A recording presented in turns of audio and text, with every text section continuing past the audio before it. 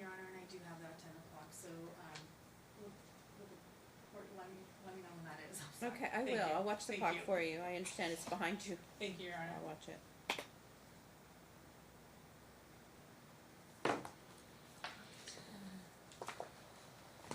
I apologize, Your Honor, I was under the impression that it was, may I proceed? You may. Thank you. Ms. Robbins, so in July of 2018, you again sought a protection order. Were things escalating from 2015 to that point, or what ultimately led for you to apply for that protection order?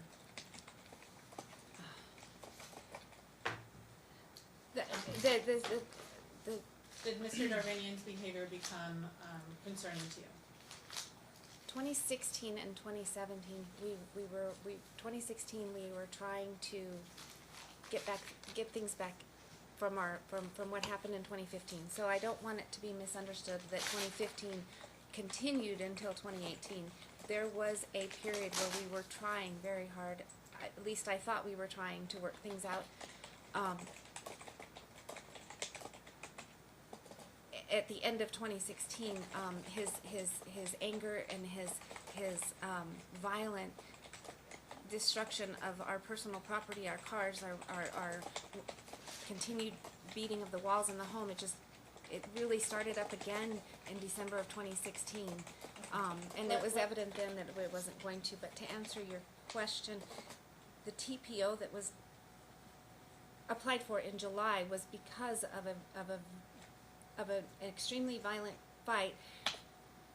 He was very upset with me because I would not allow him our son to stay home with him and have a daddy day, because he'd been up for too many hours. He'd been awake for too long.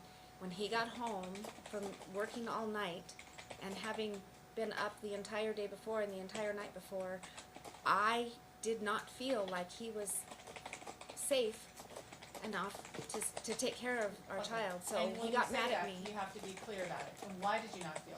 Were you suspecting that Mr. Darvanian was abusing drugs? Absolutely. Okay. Was he up all night the night before? Yes. And had his behavior become gradually more erratic? I actually found traces in the home up until leading that time of illegal drug use, and by that I mean cut straws in the car, dollar bills in his laundry. What do you mean by dollar bills? Rolled up dollar bills for snorting. We had our car repossessed in June, and I had to start driving one of his cars again, and in an effort to clean that, I found razor blades and cut straws in the seats in the car. I had to clean it with rubber gloves so that I could put our child back into it. And you found traces of powder in the garage? I did. I absolutely found rolled up paper towels with baggies in them. I found baggies full of drugs in rolled up paper towels on this toolbox. I found, and this was all the weeks leading up to this, and then this was in 2018. Yes, July of 2018. Okay. Yes, July of Okay, and but so he's saying, I want Gatlin to stay home from school with me today? Yes, he came home from work, and it was, I don't About recall. what time was that? Probably 7 o'clock in the morning, maybe. And I said, sorry, he's not going to stay home with you today. He's going to summer camp, and that infuriated Steve because he accused me of keeping his child away from him. But I could tell by his demeanor and by how long he'd been awake and by how long I thought he'd been awake, because I don't know what he was doing all night. I just know that he wasn't home. Okay. I cannot tell you he was working, even though he told me he was working. So what happened after that? I told him, no, Daddy hasn't gotten any sleep. He needs to get his rest. You can stay with him when he gets his rest. You need to get ready. We're leaving. And Steve became very angry with me and accusing me of keeping his son away from him. Okay, and what did he do? Screamed and yelled, and I hurried up and got Gatlin in the car, and when we were getting ready to leave, Steve was sitting in the garage, leaned up against his toolbox, sobbing, crying, and said, why, Angie, why are you doing this to me? And I Gatlin was getting in the car, and I looked over the window at Steve, and I said, Steve, you need to get some help. And he jumped up and ran towards me like he was just gonna attack me, and screamed at me, if you take my son from this house, I'm throwing all your shit out. And he went back in the house, and he started throwing our kitchen furniture out the front door. So I put my son in the car, and I backed out of the driveway, and I'm like, buckle up, we gotta go. And I called 911 right then and there because I did not know how far this was gonna go. Okay, and how far did it go? I talked to them on the way taking my son to summer camp. They asked me to meet them back at the house instead of going to work. When I got back home, there was 2 police officers, two cars. They had, one was in the, talking to Steve in the house, and the other one was with me taking my report. And before the crying incident, and before I left the house, I got into the garage to talk to Steve, and he threw a bottle of rubbing alcohol at me, and I ducked, and it hit the wall behind me, and it soaked my clothes. So I had to go back in and change my clothes, and the officer wanted to see those clothes, and he wanted to take pictures of me. And I told him that Steve did not hit me. The big bottle of rubbing alcohol, I ducked, but it was thrown at me, not to me. So what happened when the police was there? Did the situation escalate? No, he calmed down. In fact, he was working on our neighbor's sprinkler system, and one of the police officers had left, and the other one had me in their car, and I was writing my statement. And he went and talked to Steve and said, Angie wants to come back in and get some clothes for her and her son. And this was just like a complete repeat of what had happened in 2015. And Steve said, no, I please let them stay in the house. I promise I will be gone before they get home. Okay, so then what happened? So I went to work, and I agreed, and I went to work. I picked up my son. We went and had some dinner after, it was probably 6 o'clock in the evening. On the way home, I was nervous. I'm very, very, very untrusting. okay, I but didn't you got trust him. home, and was he home? What happened when he got home? Nope, the cops were with us.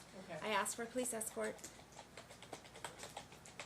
The house had fresh water all over the grass, so he had just recently left because it was July and it was hot. Okay, so what happened when you got home? 7 o'clock, the cops walked in. They made sure the house was secure. The house appeared to be fine. Everything was clean. Everything looked normal. And then did you start discovering things as you were in the home? After the police left, over the next few days, I started to find my Bible in the back ripped, family statues crushed, ripped up notes that I had written him pleading for counseling and to consult a divorce collaboration lawyer were ripped up and stuffed back into my pillow and placed on my bed and the bed was made perfect. The text messages started to flood me, the calling me. I went down and got a restraining order because I was super scared. When you lifted the sheets, did you see anything on your mattress? The mattress, not until I went to wash the sheets. What did you see? The court needs to know everything that's happened. When I went to do the laundry and I lifted the sheets off the bed, we had just purchased these mattresses not just a couple of years ago. There was a slice where my head lies on the bed, and it wasn't just a cut like you dropped something accidentally. If you push down, this slice went all the way down through every layer of mattress, and How did that make you feel?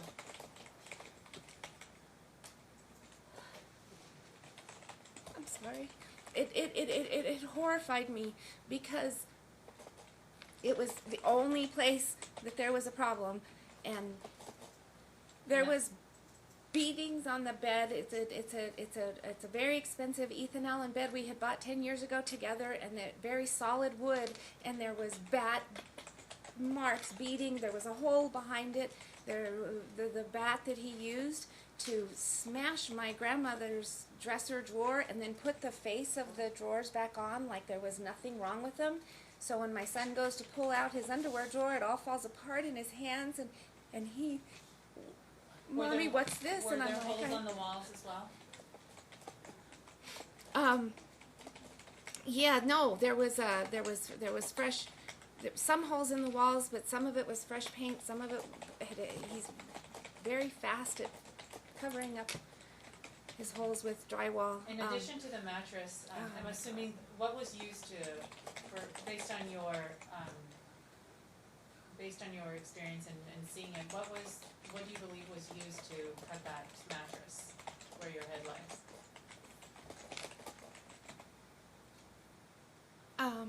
Did it look like a knife cut? It did, because I had gotten a really nice knife set just recently from my 15-year anniversary with work, and I found gouges in the handle of the knife, and so it was a brand new knife set, and there's one of them that's just got a bunch of gouges in it, so evidently that was the one. You think that he used a knife to cut through the mattress? I do, and were there any other items in the home that had knife cuts through them? yes, Okay, what were those? I had a backpack cooler that I had used for our son's sporting events and outings, and I went to use it, and they pulled out the medical bag inside, and it was dripping wet, and I noticed there was gouges through it, and I turned the bag around, and I looked, and there was knife slashes through the front of the bag, into the bag, through the medicine bottles, through the ibuprofen on the inside, through my son's thermometer on the inside, all the way through to the back. And it was with such, I mean, the medicine was just leaking all over the place. What about any of your clothes? Were there any crazy. slashes through your clothes? Yes. What clothes had slashes? Behind my medicine bag and the cooler in my closet, that's where I kept it. I go to move my coat, and it swings open. It's a full-length wool coat that Steve bought for me many years ago, and it had shreds cut all the way up to the top, deliberately, methodically, crazy, but what freaked me out is it was hanging in my closet right with my other clothes, like, so if you walked in, you didn't see anything. It was all perfectly staged. And then you opened to wear it, and there's slashes through it. Yeah. Okay, and then when you said the shredding of the notes, did you find them in your pillowcase? I did.